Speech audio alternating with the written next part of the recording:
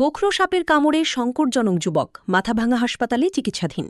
Mathabhanga ২৩ June. Pachagarh গ্রাম পঞ্চায়েতের ২২গুড়ি এলাকার বাসিন্দা তাপস দাস ২৯ গোখরো সাপের কামড়ে গুরুতর অসুস্থ অবস্থায় বর্তমানে মাথাভাঙা মহকুমা হাসপাতালের এইচডিইউতে চিকিৎসাধীন রয়েছেন। পরিবার সূত্রে জানা যায়, সোমবার সকাল প্রায় 10:30 নাগাদ নিজের ভাড়ার ঘরে, যেখানে তার ইলেকট্রিক রিকশাটি রাখা থাকে, সেই ঘর পরিষ্কার করার সময় একটি ইঁদুরের গর্ত থেকে আচমকাই একটি গোখরো সাপ বেরিয়ে এসে তার পায়ে কামড় দেয়। ঘটনার পরপরই পরিবারের সদস্যরা তাকে দ্রুত মাথাভাঙা মহকুমা হাসপাতালে নিয়ে আসেন। হাসপাতালের চিকিৎসকরা সর্পদংশনের চিহ্ন এবং উপসর্গ দেখে বিষধর সাপের কামড় বলে শনাক্ত করেন। এরপর প্রয়োজনীয় অ্যান্টি স্নেক ভেনম এএসভি প্রয়োগ সহ জরুরি চিকিৎসা শুরু করা হয়।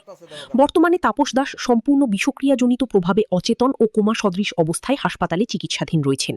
তার শারীরিক অবস্থা নিয়ে চিকিৎসকরা নিবিড় পর্যবেক্ষণ চালিয়ে যাচ্ছেন। হাসপাতালের এইচডিইউর বাইরে তার ভাই, মা, বাবা ও বোন উদ্বেগের সঙ্গে অপেক্ষা করছেন। পরিবারের পক্ষ থেকে সকলের কাছে তার দ্রুত সুস্থতার জন্য প্রার্থনার আবেদন জানানো হয়েছে। Mathabhanga news portal, like, share, follow আস। আমার নাম সৌরভ দাস, আমার দাদা হয় তাপস দাস, আমার বাড়ি ২২গুড়ি সীতাইমোড়।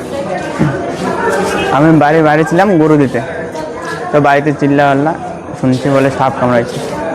তো তাড়াতাড়ি করে রাস্তায় গেলাম, টোটো ইসে করলাম, দাঁড়া করে নিয়ে আসলো তাড়াতাড়ি। তারপর আসলাম সবাই। এর মাঝখানে মানে যখন কামড় দিল পরে টোটোতে নিয়ে এলেন, এই সময় ব্যবধানটা কতটুকু হয়েছে? 7 থেকে 8 মিনিটের মধ্যে আসে স্যার। বাড়িতে কোনো না, বাড়িতে কোনো দেরি করিনি, খালি করার চেষ্টা করেন? না, খালি বাড়িতে খালি তাড়াতাড়ি বান আর এদিকে নিয়ে এসেছি। সাপটাকে দেখেছেন? আমি তো দেখিনি, দাদা দেখছে বলে। আচ্ছা, সাপ জানেন? সাপটার কি কোনো ধরার চেষ্টা করেছেন বা কিছু করার চেষ্টা করেছিলেন? না, ওই ঠিক আছে। এবার এইখানে এনে ভর্তি করাইছে। আমার নাম চুমকি দাস। যে পেশেন্ট সে আমার দাদা হয়, তার নাম তাপস দাস। আমাদের বাড়ির সীতাইমোড়। যখন আমার দাদাকে সাপটা কামড়িয়েছে কিংকুমড়া, তখন নিয়ে এসে যতক্ষণ সীতাইমোড় থেকে আমাদের হাসপাতাল মাথাভাঙা হাসপাতালে যতক্ষণ টাইম লাগে আসতে, অতটুকু টাইমের মধ্যে আমরা পৌঁছে গেছি। আমার দাদাকে এনে অ্যাডমিশন করেছি ডাক্তার দেখতে। দাদার বয়স কত? দাদার বয়স 29 দাস। আমার ছেলে তাপস দাস, ওকে কিংকুমড়া সবাই কামড় দিয়েছে এই 10:30টার দিকে। আপনি হসপিটালে কখন নিয়ে এসছেন? সঙ্গে সঙ্গে 10 মিনিটের মধ্যে নিয়ে আসছে। আমার বাড়ি ২২গুড়ি সীতাইমোড়। ডাক্তারবাবু দেখেছে? হ্যাঁ, ডাক্তার দেখেছে। ডাক্তার আচ্ছা, চিকিৎসা চলছে? হ্যাঁ, চিকিৎসা চলছে। ঠিক আছে। প্রিয় দর্শক, আমি এই মুহূর্তে মাথাভাঙা মহকুমা হাসপাতালের এইচডিইউ এর সামনে। এইচডিইউ এই মুহূর্তে একজন রোগী ভর্তি আছেন, তাপস দাস, বয়স 29, বাড়ি ২২গুড়ি। তাকে সাপে কেটেছে এবং তারা চিহ্নিত করেছেন সাপটি হচ্ছে কোবরা এবং কিং কোবরা বললেন তারা। এই ঘটনাটি ঘটে সকাল 10:30টার দিকে এবং তৎক্ষণাৎ 5 থেকে 7 মিনিটের মধ্যেই তারা এখানে হাসপাতালে নিয়ে আসে। এইবার এইখানে ভেতরে গিয়ে দেখা গেল রোগী স্থিতিশীল, তাকে যে প্রয়োজনীয় চিকিৎসা সেটা দেওয়া হয়েছে এবং চিকিৎসকের একদম সুপারভিশনে আছে। এতটুকুই কাজ। এর বাইরে কিন্তু রোগীর বাড়ি, যে সাপে কাটা হলো বা সাপে কাটলো, যে রোগী, সর্পদংশিত রোগী, তার বাড়ির লোকের কিন্তু আর কোনো কাজ নেই। আমরা অহেতুক অনেক কিছু অতিরিক্ত কাজ করার চেষ্টা করি, যেই কথাগুলো একটু বলার চেষ্টা করব। কারণ এই মুহূর্তে বর্ষাকাল এবং আমাদের এখানে জলা জায়গা, বিভিন্ন জঙ্গল আছে, বাড়িতে গর্ত হয়, যেখানে ইঁদুরের গর্ত থাকে, সেগুলোর মধ্যেই সাপের বেশিরভাগ ক্ষেত্রে সাপের বাসা থাকে এবং এই ঘটনাটিও তাই ঘটেছে। আতর্কিতে কামড় দিয়েছে। আমরা প্রথমেই যেটা হই, ভয় পেয়ে যাই এবং রোগী তো ভয় পায়, বাড়ির লোকেরা, এবং তার সঙ্গে অনেকগুলো অতিরিক্ত কাজ করার চেষ্টা করি, যেই কাজগুলো করা যাবে না সেগুলো বলছি।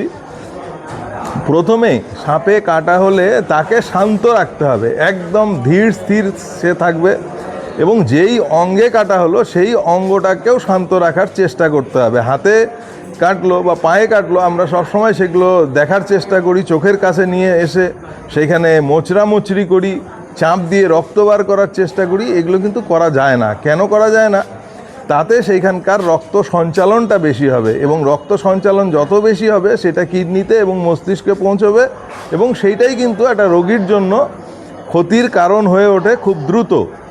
এবং সেইখানে আরও কিছু মানুষজন করে, সেইখানে ক্ষতস্থান থেকে অতিরিক্ত রক্ত বার করা। আগের দিনে ছিল, এটা এখন করে না বেশিরভাগ ক্ষেত্রে, মুখ দিয়ে চুষে রক্ত বার করার চেষ্টা করে। সেটা সেই রোগীর পক্ষেও যতটা ক্ষতিকারক, যে মুখ দিয়ে চুষে বার করবে তার জন্যও ততটাই ভয়ঙ্কর ব্যাপার। এইটা করা যাবে না এবং তাকে দ্রুত নিকটবর্তী হাসপাতালে নিয়ে আসতে হবে এবং সেইখানে আনার পরে নির্দিষ্ট চিকিৎসক সেটা দেখবে। আরেকটা জিনিস মানুষ করে, সাপটা ধরার চেষ্টা করে, সাপটা ধরে নিয়ে যাব তাহলে পরে হয়তো চিকিৎসাটা সঠিক হবে। এইটাও ভুল ধারণা। সাপ ধরার পেছনে অনেক সময় কিন্তু নষ্ট হয়ে যায়। এইখানে মূল বিষয়টা হচ্ছে সময়। যত দ্রুত রোগীকে হাসপাতালে নিয়ে আসা হবে তত দ্রুত তার চিকিৎসা হবে। শুধু একটা কাজই করতে পারি, আমার কাছে যদি সাপটা পালিয়ে যাচ্ছে তখন শুধুমাত্র তার একটা ছবি তুলতে পারি এবং স্নেক বাইটের ধরন দেখে এবং রোগীর লক্ষণ দেখেই চিকিৎসকরা কিন্তু বুঝে যান যে কী ধরনের সাপে কেটেছে, তার কী ধরনের বিষ এবং তার জন্য কী ধরনের অ্যান্টিভেনাম দিতে হবে সেটাও চিকিৎসকরা জানেন। সুতরাং এই সাপ ধরার পেছনেও অতিরিক্ত সময় নষ্ট করার একদমই প্রয়োজন নেই বলেই বলা হয়েছে। এই যে কথাগুলো বললাম এটা কিন্তু আমার নিজের মনের কথা নয়, এইটাই হচ্ছে প্রোটোকল যেখানে সাপে কামড় দেওয়া হবে এবং এটা স্বাস্থ্য দপ্তর এবং স্বাস্থ্য মন্ত্রকের এটাই প্রোটোকল। এটা মেনে নিয়েই যদি রোগীর বাড়িরা সেই সাপে দংশিত রোগীকে দ্রুত চিকিৎসা কেন্দ্রে নিয়ে আসে তাহলে তার নিরাময় প্রায় সম্ভব বললেই চলে। ধন্যবাদ, দেখতে থাকুন, সঙ্গে থাকুন এবং যেই কথাগুলো বললাম এটা ফলো করার চেষ্টা করুন। ধন্যবাদ।